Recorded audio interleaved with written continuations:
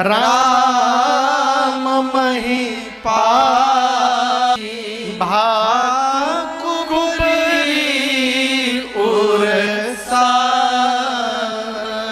मां ने मंथरा से कुशलता अपने पुत्र भरत की नहीं पूछी। मां ने आप दर्शन करिए, ये वही मां कैकेयी हैं जो थोड़ी देर बाद राम जी को वन भेजने वाली हैं। लेकिन जब कुशलता पूछा है मां ने तो पहले पूछा मंथरा मेरा राम कुशल है ना, महाराज कुशल है ना, लक्ष्मण भरत शत्रुघ्न सब कुशल है ना, तू मौन क्यों है? मंथरा ने कहा महारानी पूरी अयोध्या में आज राम को छोड़कर दूसरा कोई कुशल नहीं है।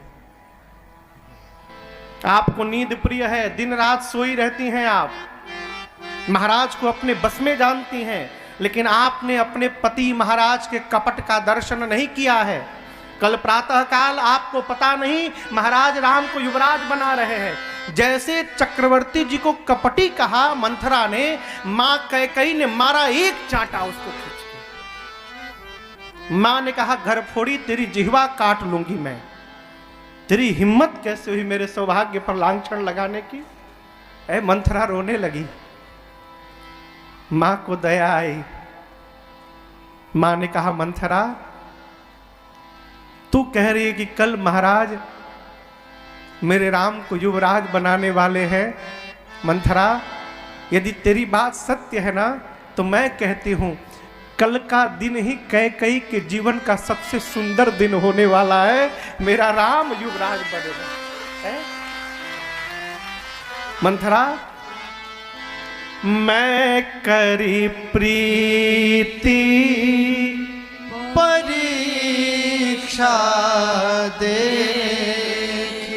मंथरा से मां कैकेयी कहती है मंथरा मैंने कई बार परीक्षण करके देखा है, सभी माताओं में राम मुझे सबसे अधिक प्रेम करता है, वो मुझे सबसे अधिक प्रेम करता है, मैंने परीक्षा करके देखा है।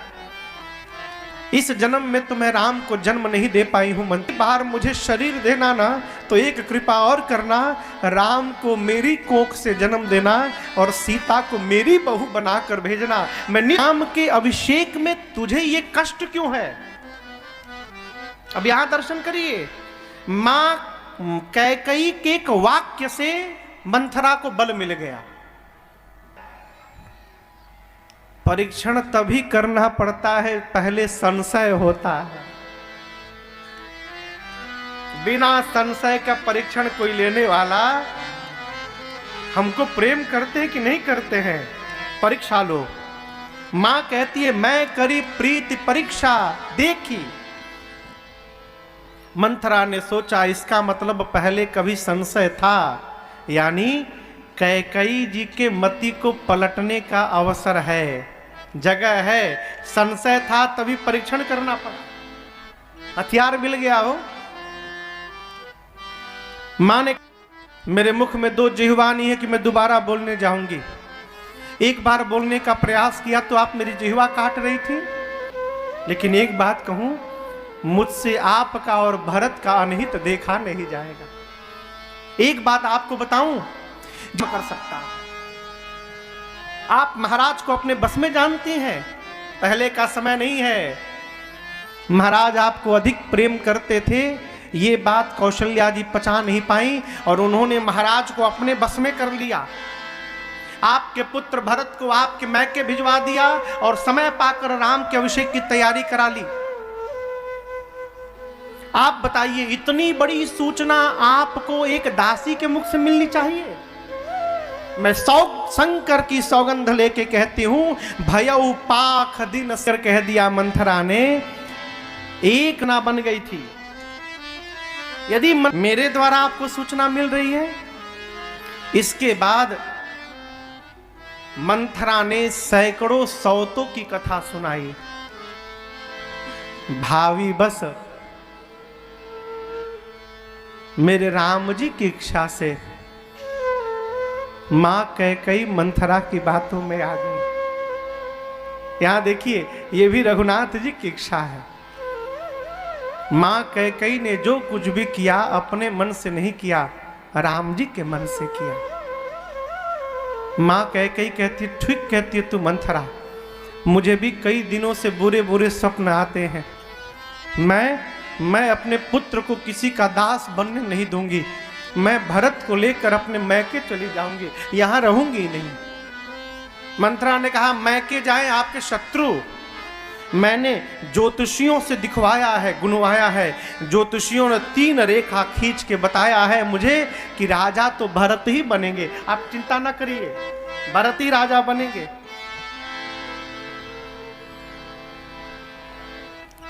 यहां देखिए संग का प्रभाव।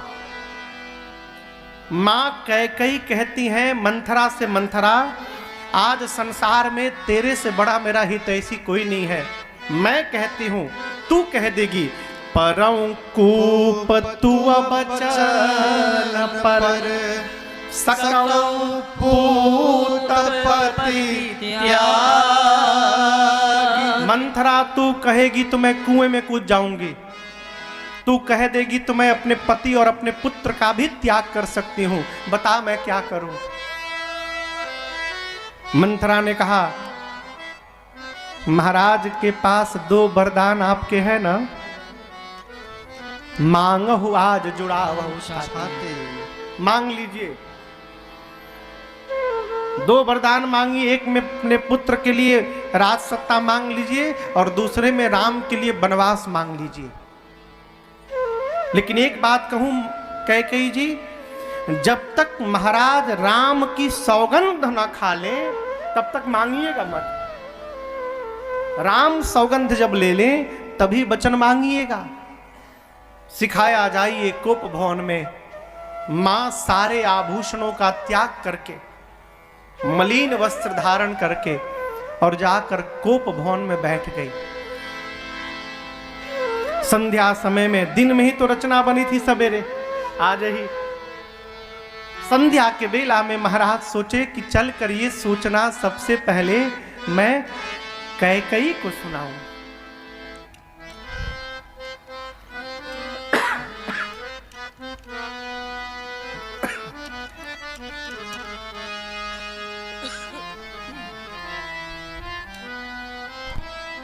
महाराज सीधे मां कैकेयी के भवन में गए। दासियों से पूछा, कहां है कैकेयी जी? दासियों ने कहा, कोप भवन में। कोप भवन सुनी सकुचेऊ राम। महाराज कहां पर गए? कोप भवन में गए। कोप भवन में कैकेयी को देखे, लगे कहने, कैकेयी तुम्हारी ये दशा, किसने तुम्हारा अहित कर दिया बताओ मुझे। मां कुछ नहीं बोली। महाराज सोचे राम के अभिषेक की सूचना बताऊंगा तो कैकेयी प्रसन्न हो जाएगी। महाराज ने कहा, कैकेयी नाचो, तुम्हारे मन की होने वाली है। कल प्रातः काल मैं राम को युवराज बनाने वाला हूं और मैं कहता हूं जो मांगना है मांगो।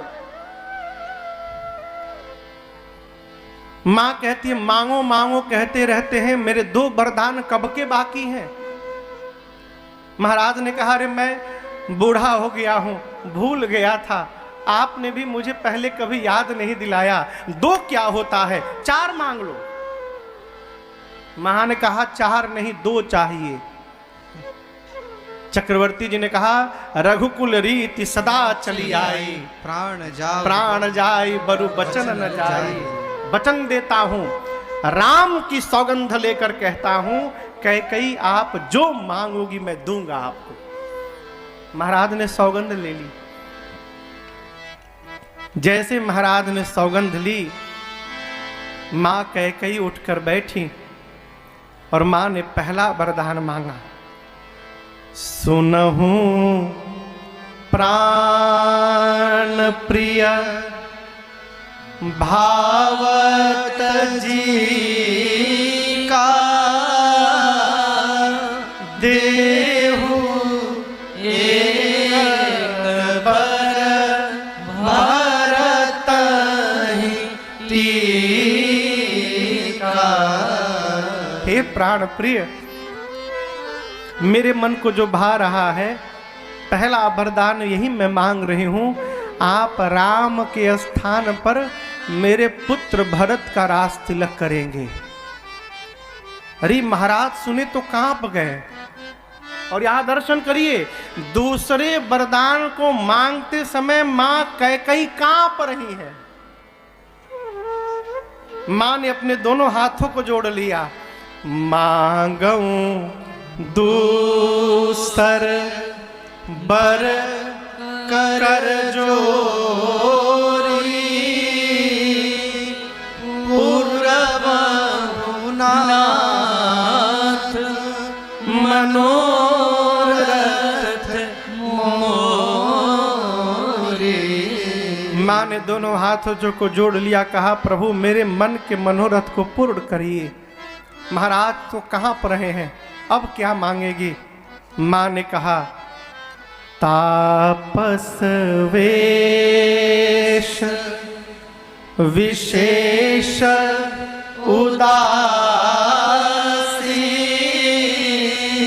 महाराज तपस्वी का रूप धारण करके विशेष उदासीन व्रत का संकल्प लेकर महाराज सोचे कि लगता है कैकेयी कहने वाली है कि राम के स्थान पर भरत को राजा बनाइए, और महाराज आप चौथे पन में आ गए हैं, इसलिए तपस्वी का रूप धारण करके उदासीन व्रत का संकल्प लेकर आप वन में चले जाइए। महाराज मन ही मन तैयार हो गए वन जाने के लिए। तब तक कैकेयी भैया ने कहा आप नहीं, 14 बरिस राम वनवासे। 14 वर्षों के लिए राम को वन में भेज दीजिए।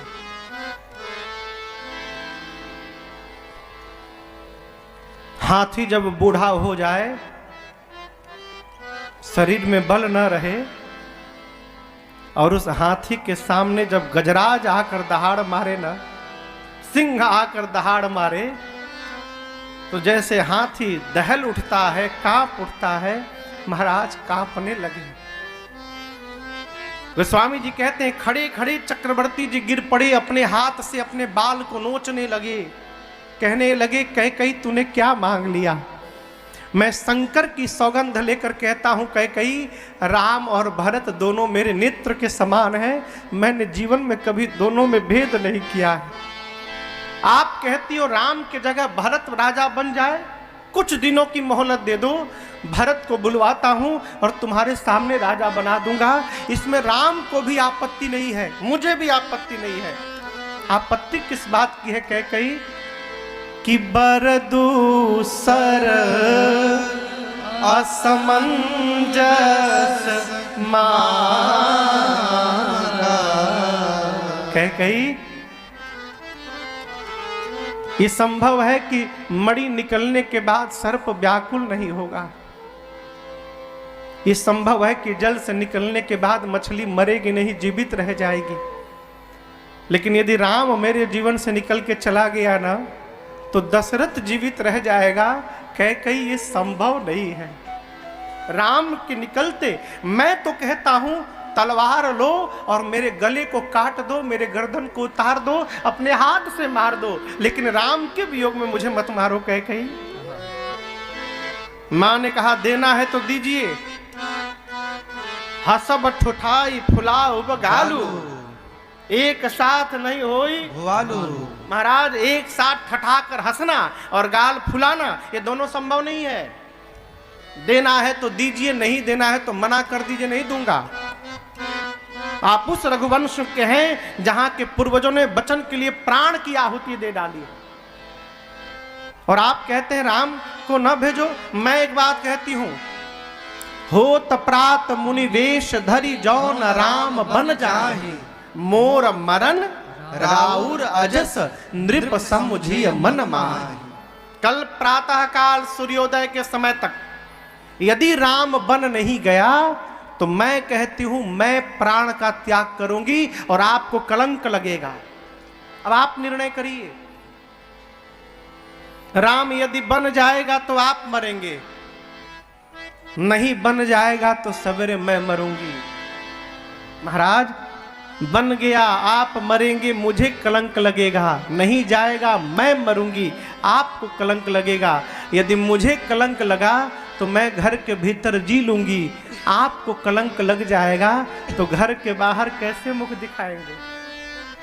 महाराज समझ गए कि कैकेयी चाहती हैं कि मेरा प्राण निकल जाए। महाराज ने कहा, कैकेयी जब तक जीवित हूं आज के बाद मुझसे एक शब्द मत बोलना। उसी कोप भवन में महाराज जैसे किसी पक्षी के दोनों पंख काट दीजिए, पंख के बिना पक्षी धरा पर पड़ा हो, उड़ने का प्रयास करे लेकिन पंख ही नहीं है तो कैसे उड़े। उसी प्रकार महाराज के मनोरथ रूपी पंख को मां के वचन रूपी कृपाण ने आज काट दिया। महाराज चाह कर भी नहीं उठ पा रहे हैं। पूरी रात बीती, राम राम पुकारते रहे। प्रातः काल भया, कैकेयी जी के महल के बाहर भीड़ लगी है। लोग आपस में विचार करते हैं, महाराज इतने विलंब तक तो सोते नहीं हैं, क्या बात है आज बाहर नहीं आए। सुमंत जी को अयोध्या के लोगों ने भेजा, आप जाइए पता लगाइए। सुमंत जी भीतर गए, महाराज की दशा देखे, सूख गए।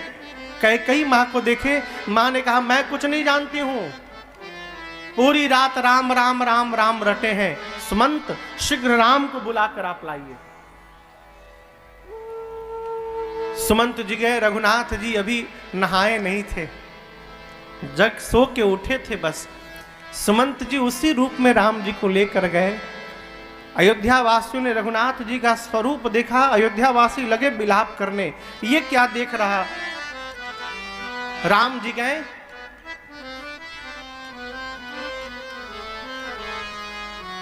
पिताजी की दशा देख रघुनाथ जी मां से बोले, मां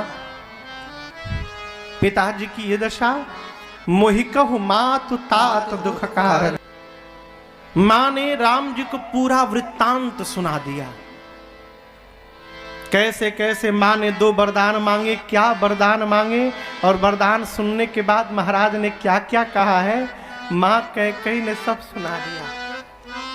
और जैसे रामकई को मां कहे थे, लेकिन सुनो जननी सोई सुत बड़ भारा, सुत बड़ भागी जो पितु मातु पितु तोड़ मातु पितु दुर्लभ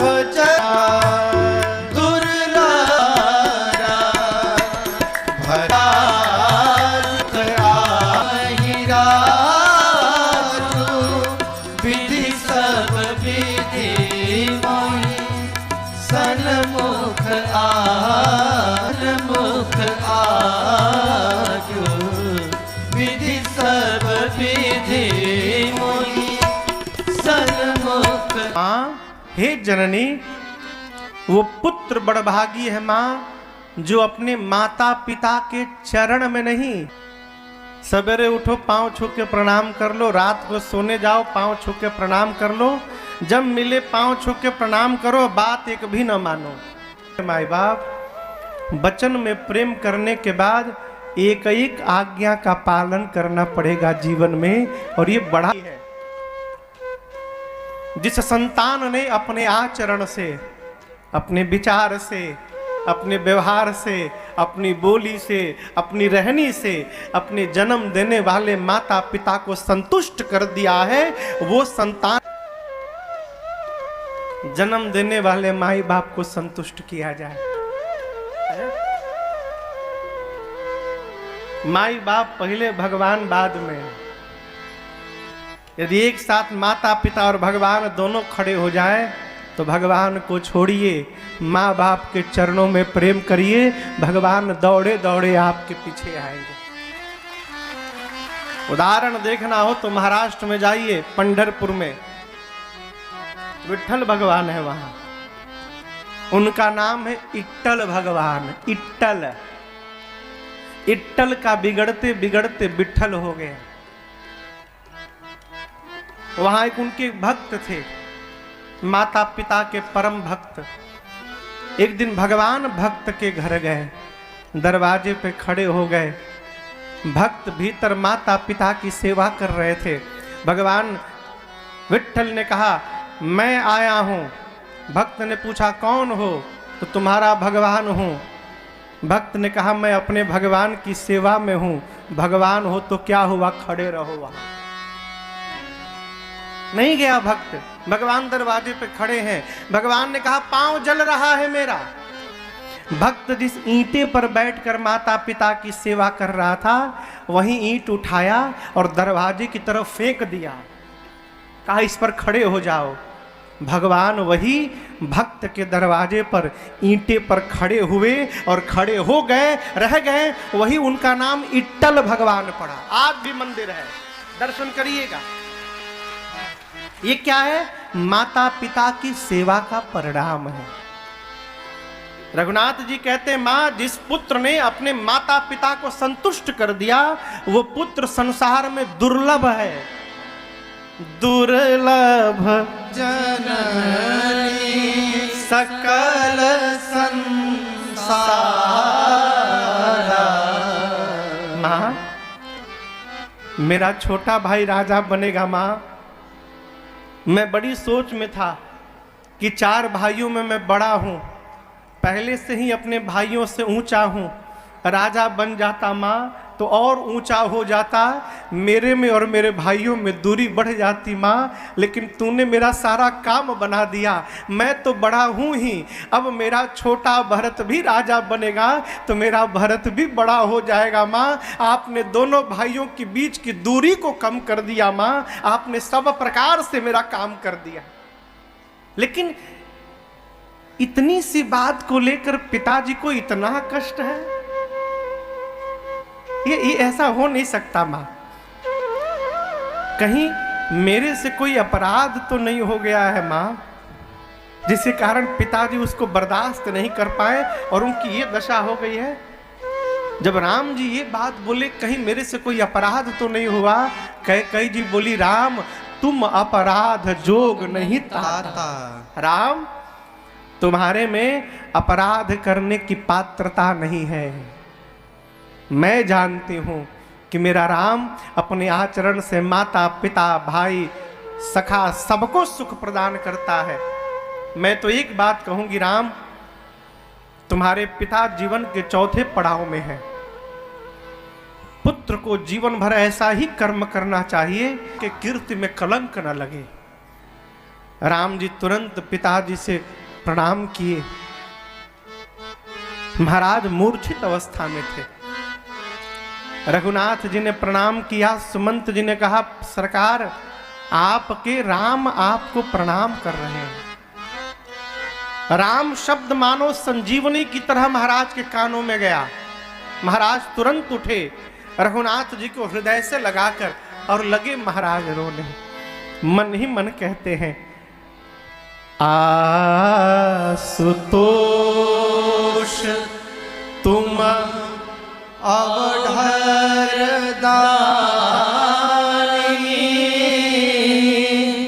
आरती भरहु दीन जन जानी।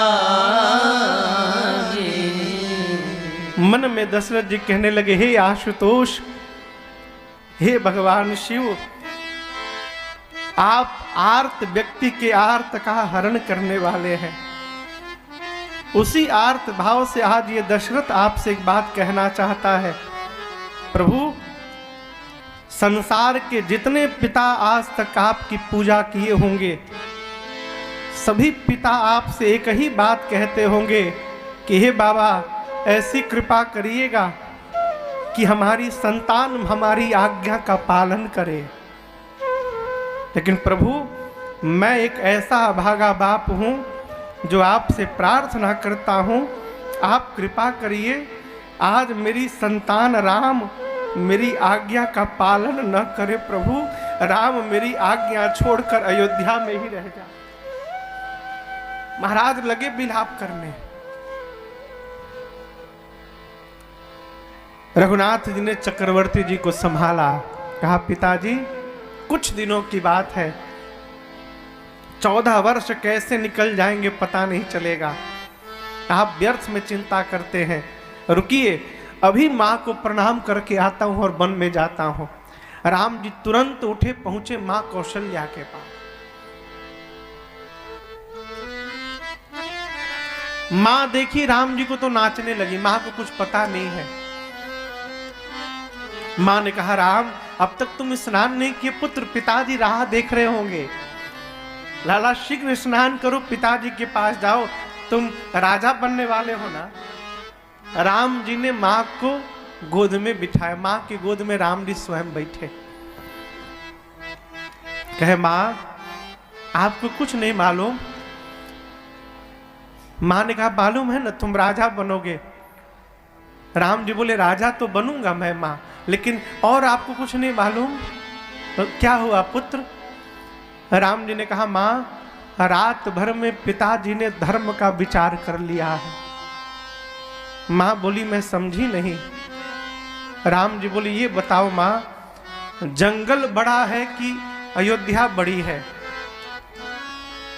जंगल में अयोध्या में दोनों में कौन बड़ा है? माँ ने कहा, जंगल बड़ा है पुत्र। राम जी बोले, माँ मेरे में और भारत में कौन बड़ा है? माँ ने कहा, तुम बड़े हो। राम जी बोले, यही तो बात है माँ, पिताजी ने धर्म का विचार किया, मैं बड़ा हूं, तो राम को पिताजी ने जंगल का बड़ा राजा बना दिया है। भरत छोटा है, उसे अयोध्या का छोटा राजा बना दिया। यहां राम जी ये नहीं बोले कि मुझे वन भेजा जा रहा है। राम जी कहते, पिता दीन मोहि कानन राजू। पिताजी ने मुझे वन का राज्य दिया है। मां, जीवन में स्थिति बदलती रहेगी, जीवन में परिस्थितियां भी बदलती रहेंगी। प्रयास करिए, स्थिति और परिस्थिति कितना भी बदल जाए, हमारे मन की स्थिति न बदलने पाए। यदि मन की स्थिति नहीं बदलेगी माई बाप, तो हम वन में भी रहेंगे तो आनंद पूर्वक रहेंगे, इसमें कोई संशय नहीं है। राम जी कहते, पिताजी ने मुझे वन का राजा बनाया है मां, वहां मेरी बड़ी आवश्यकता है। आप तो मुझे आशीर्वाद दो, मैं जाने के लिए आया हूं। राम जी की ये मधुर शब्द वाक्य मां के हृदय में बाण की भांति चुभ गए। मां ने कहा, जो महाराज तुम्हारी लीलाओं को देखकर आनंद में झूमते थे, आज राज्य सत्ता देते देते वन की ओर क्यों भेज रहे हैं? सुमंत जी ने पूरी कथा सुनाई। पूरी बात सुनने के बाद मां द्वंद में पड़ गई। राम को वन जाने के लिए कहूं कि वापस रहने के लिए कहूं? मां ने अपने आंसुओं को पोंछा, हिम्मत बांधी, और मां ने राम जी से कहा, राम मां हूं तुम्हारी। मां का उपदेश जीवन भर याद रखना। एक संतान के जीवन में, पुत्र के जीवन में सबसे बड़ा धर्म क्या है जानते हो राम? पुत्र के जीवन का सबसे बड़ा धर्म है कि अपने पिता की आज्ञा का पालन करे। पितु आ यसु सब धर्म का टीका।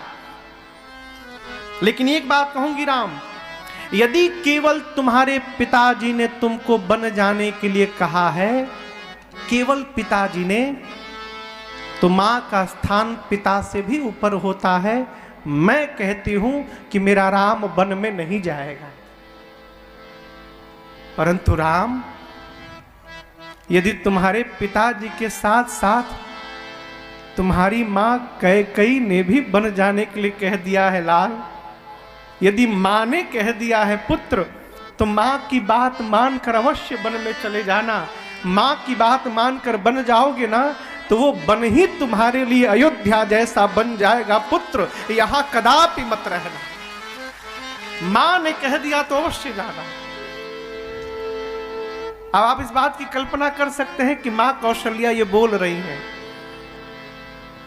इतना श्रेष्ठ विचार है जीवन में, तब जाकर अंक में परमात्मा ने स्थान बनाया था। यूं ही भगवान नहीं आते। मां कौशल्या को रघुनाथ जी ने संभाला है। सीता मैया आई, प्रणाम करके बैठ गई हैं।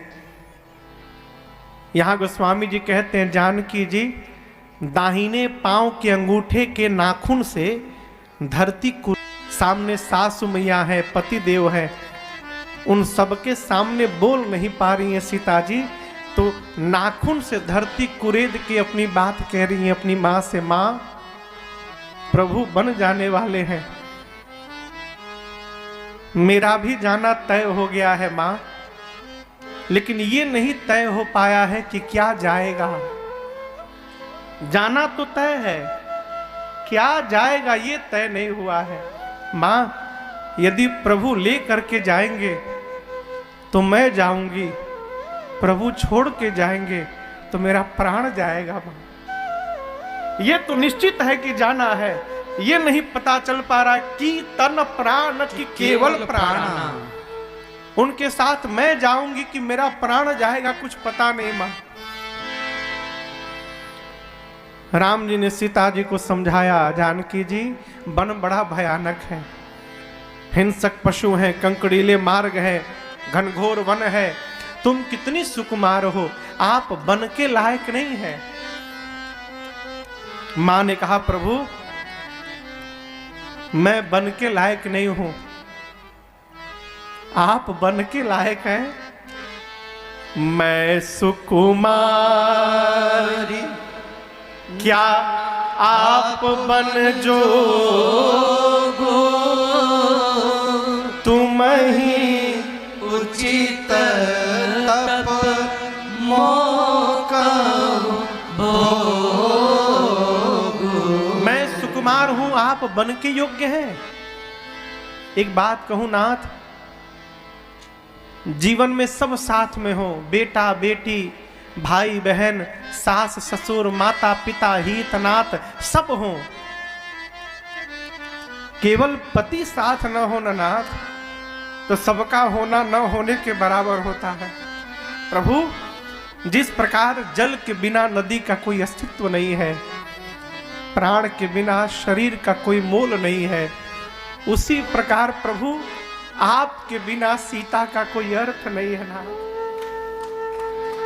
आपके साथ वन में रहूंगी तो लगेगा महल में बैठी हूं, आपके बिना महल वन से अधिक कष्टदायी हो जाएगा। मां की इन बातों को सुनकर प्रभु ने साथ में चलने की अनुमति दे दी। अभी जानकी मैया को प्रभु ने अनुमति दी ही थी, तब तक लक्ष्मण जी चले आए, आकर प्रणाम करके बैठ गए। राम जी बोले, भाई पिताजी दुखी हैं, भरत शत्रुघ्न भी नहीं है, मैं बन जा रहा हूं, आप अयोध्या का संभार करना। लक्ष्मण जी बोले, कौन पिताजी? बोले, हमारे तुम्हारे पिताजी।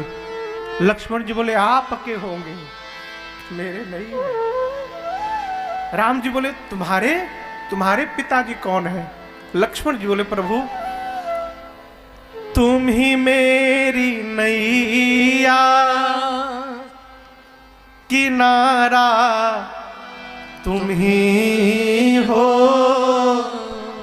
मेरी जिंदगी का सहारा, तुम ही हो, तुम ही मेरी नैया किनारा,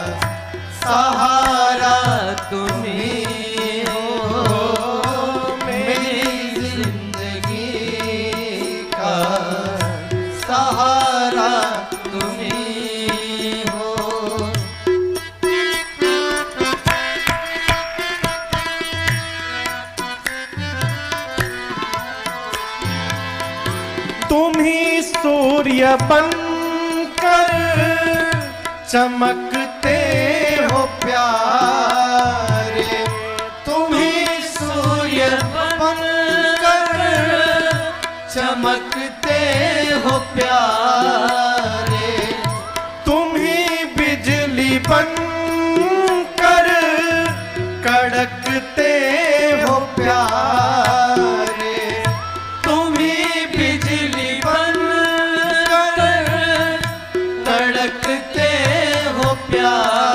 प्रभु तुम ही हो, तुम ही चांद तारे, सितारा तुम ही हो, मेरी जिंदगी का सहारा तुम ही हो, मेरी जिंदगी का सहारा तुम ही हो।